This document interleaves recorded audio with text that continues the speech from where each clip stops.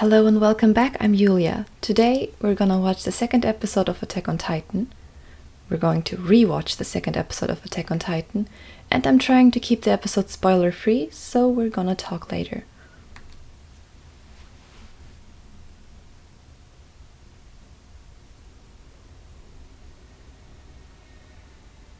今から100年以上前、人類にある天敵が現れた。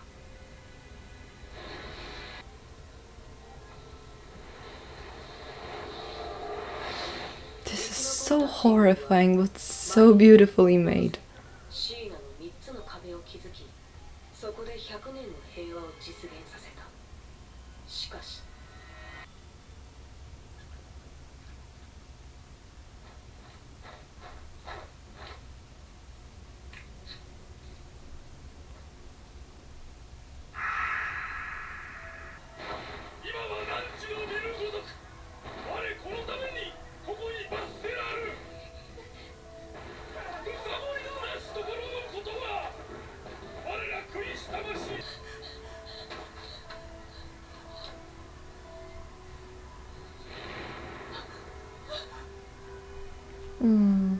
Poor woman.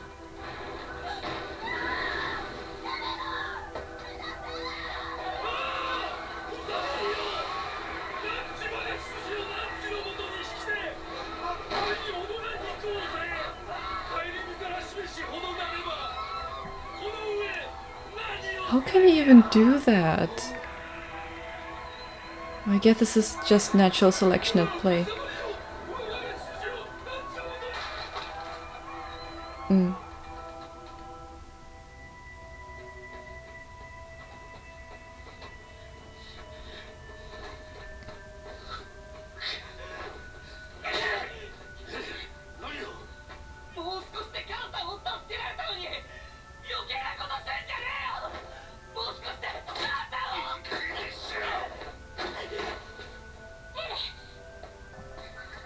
I can understand that he's angry.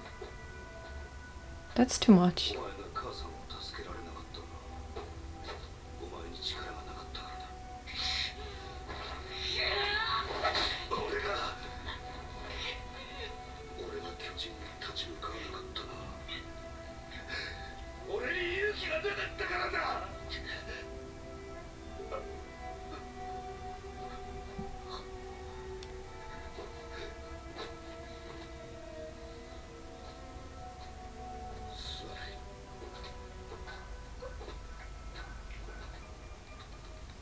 Hannes solved the problem really well. I just wish Eren didn't elbow him in the head.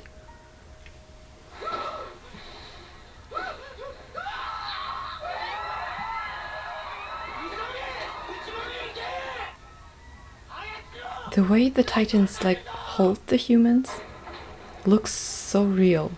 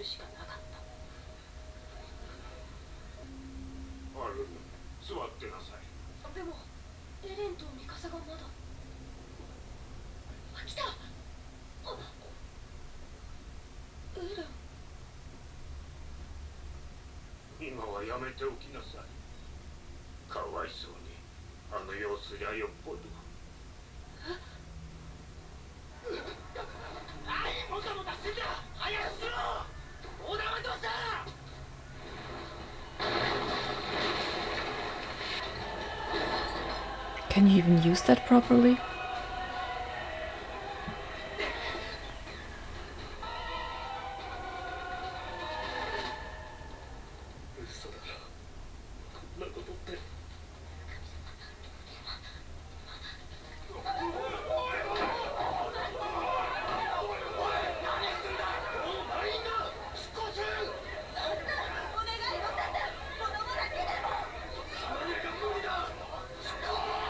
I feel kinda sorry for the wall garrison. They have to hold back the people and they're just telling them to die.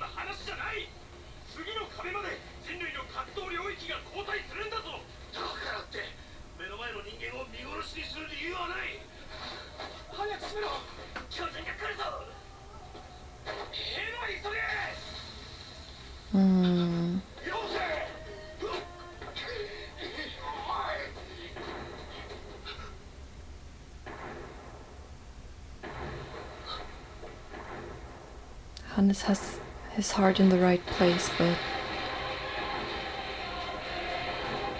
you have to see the bigger picture. It's very difficult to do that, though.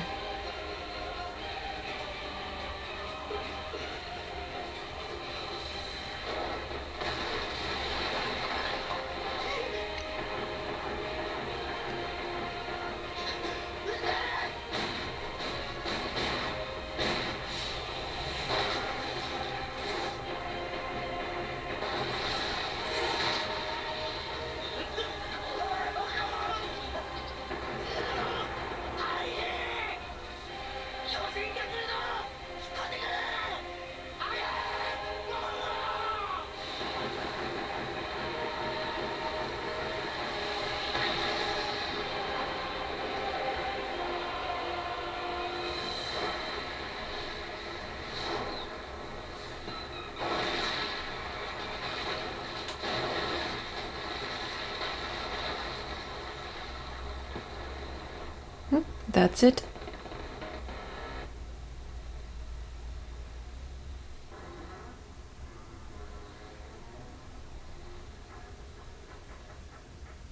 Information transmission was probably slow. So, probably a lot of towns didn't get the information and were surprised by the Titans. その知らせは人類領域内のあらゆる町に瞬く間に広まった。本当なのか。シガンシナに巨人が侵入したというのは信じられん。100年持った壁がなぜ今になって。とにかく中央に連絡して指示を仰ぐ。こんな緊急事態はとても我々だけでは対処できん。失礼します。たった今早馬がゴールマリアが破られ内地に巨人が侵入したとのことです。終わ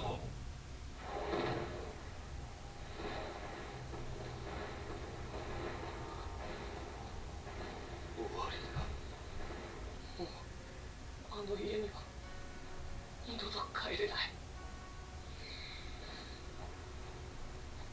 どうして最後までろくでもない口喧嘩しかできなかったんだ。もう母さんはいない。どこにもいない。どうして。お前に力がなかったからだ。俺が人間が弱いから。弱いやつは泣くしかないのか。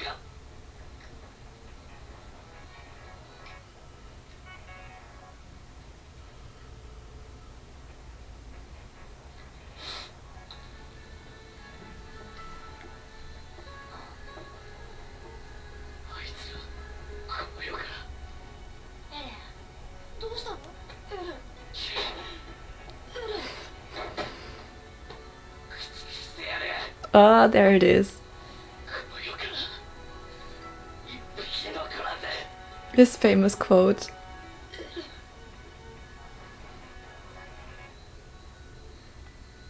And this is where he changed. この年中央政府は人類の活動領域をウォールローゼまで後退させることを決定した。この間巨人に食われた者はおよそ1万人に及んだ。彼ら、ミカさん、無事でいてくれ。I'm sorry for his father.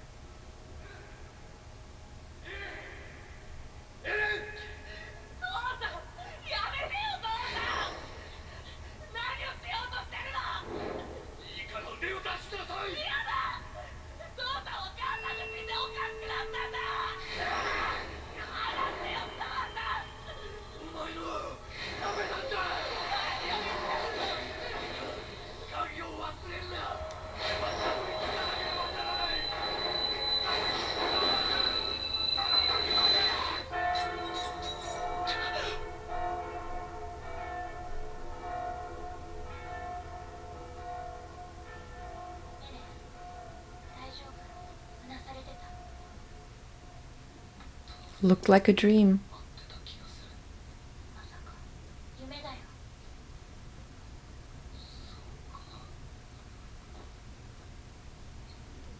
And he has the key. It wasn't a dream.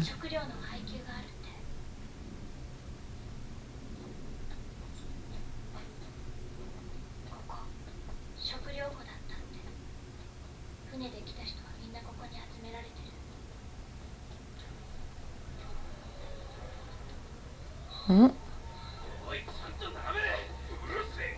こっちは夢から何も食ってねえんだ。私たちはまだ生き残ったわけじゃない。味方。アルミ。ほら、間に合ったよ。おじいちゃんが子供の分だからってもらっといてくれたんだ。ありがとう。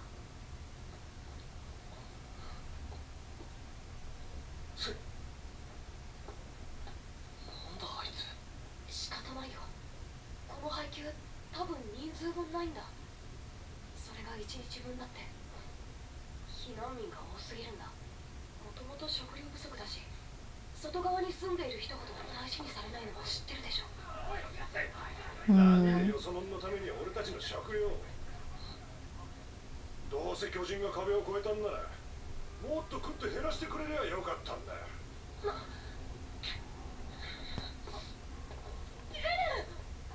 Such a piece of... 食料不足がひどくなる一方だぜ。お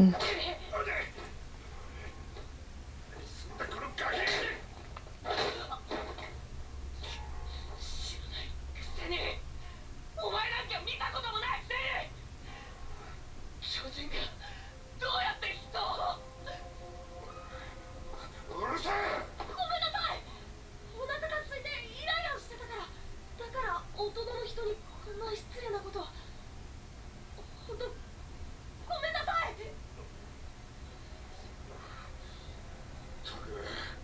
お前たちが飢え死にしないで済むの。I really hope he gets eaten.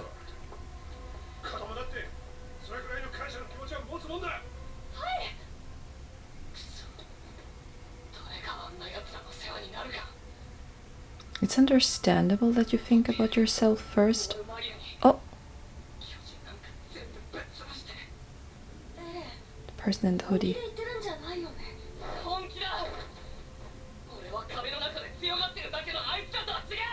It's understandable that you think about yourself first, but you really don't have to say that in front of people who lost everything.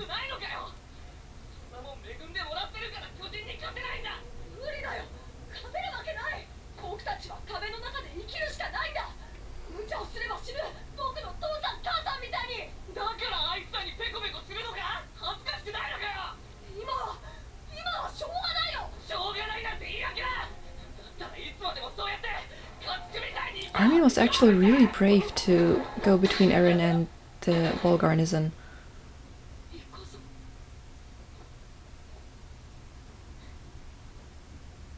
Eren really shouldn't have said that to Armin.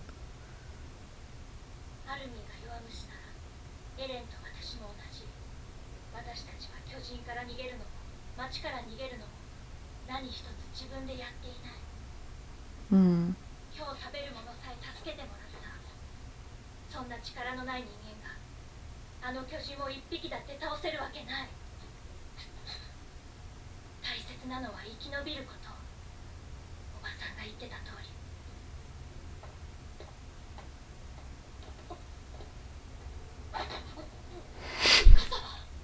食べてちゃんと生き残るの。エレンを飢え死になんかさせない。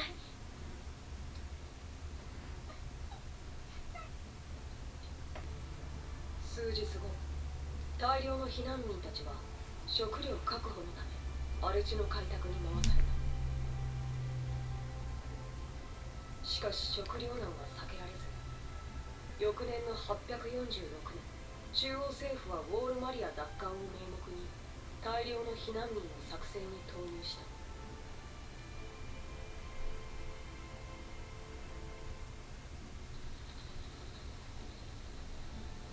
その数25万人。人口の2割に相当したが、生存者はわずか百数十名。その犠牲で残された人々の食料不足はわずかながらに改善された。 Absolutely brutal. I wonder if there really was no other way. 全部巨人のせいだ。あいつらさえ叩き潰せば俺たちの居場所だって取り戻せる。アルミ、俺は来年訓練兵に志願する。巨人と戦う力をつける。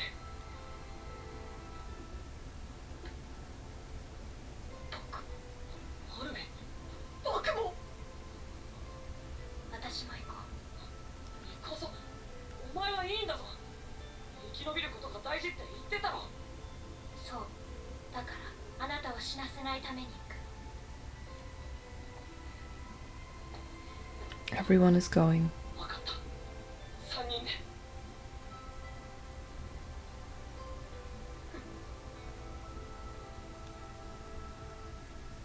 ただいまより第104期訓練兵団の入団式を行う。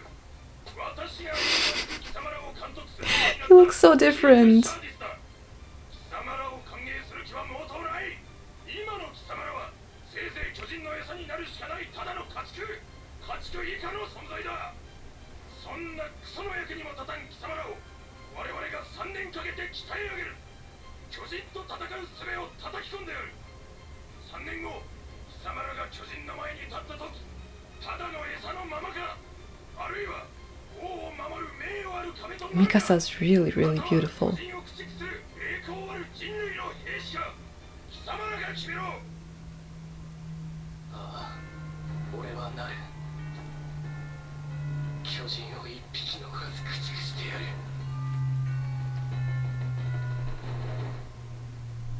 I love his famous line. Okay, and this was the end of episode 2. A lot to unpack here. I don't know where to start. Let's see. The wall was broken. The armored titan broke through the city wall, let's say it like that. After that, we saw the flashback from Eren, and we saw Grisha, who was riding a carriage.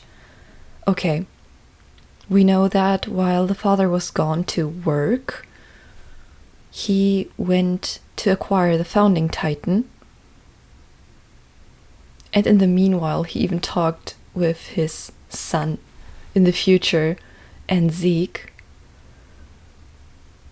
And after that,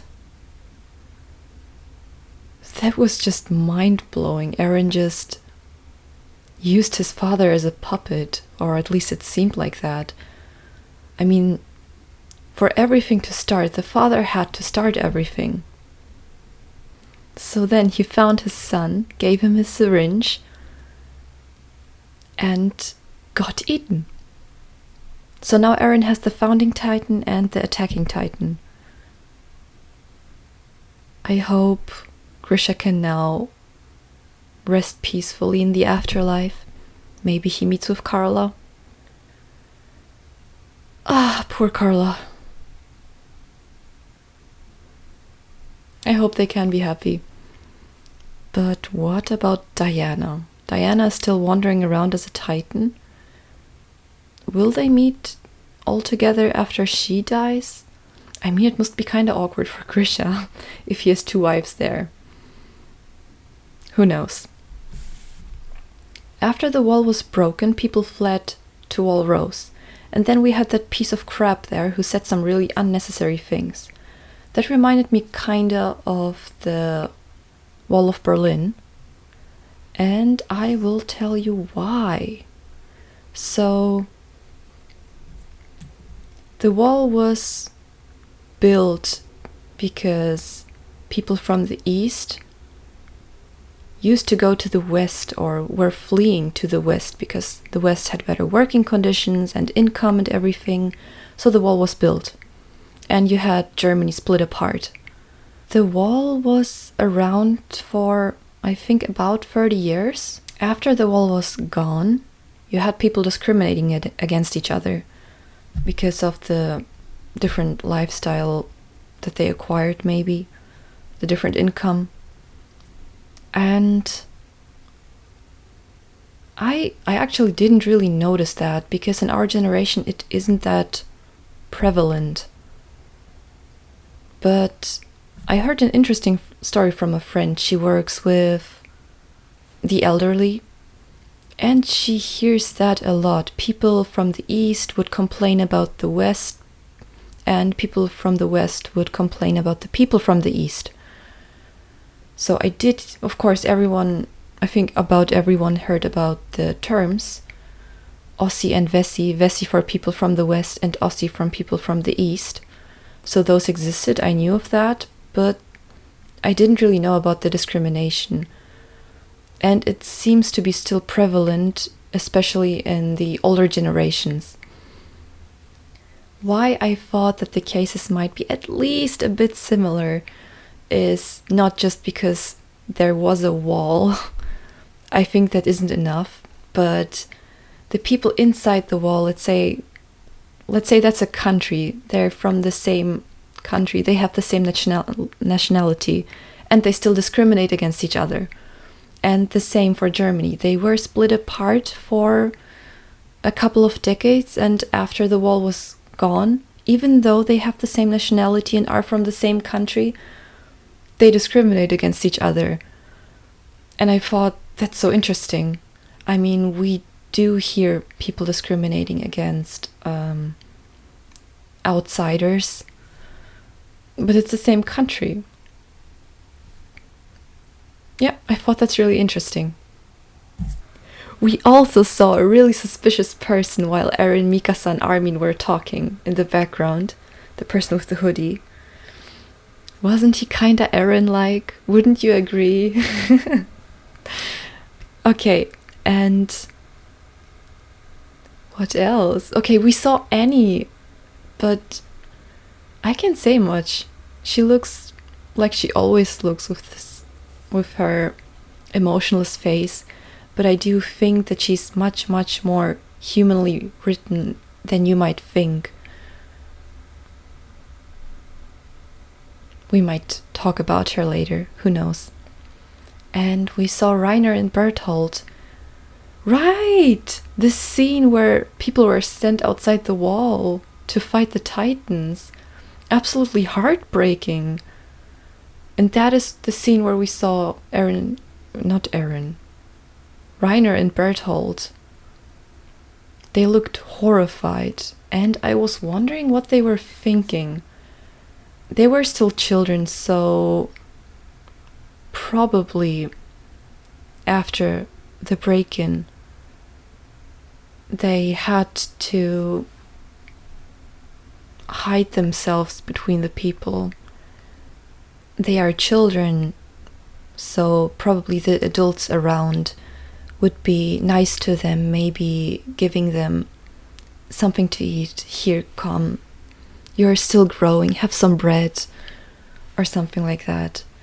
and after the people were sent outside, they might have been thinking, oh no, it's because we broke the walls, and they felt guilt.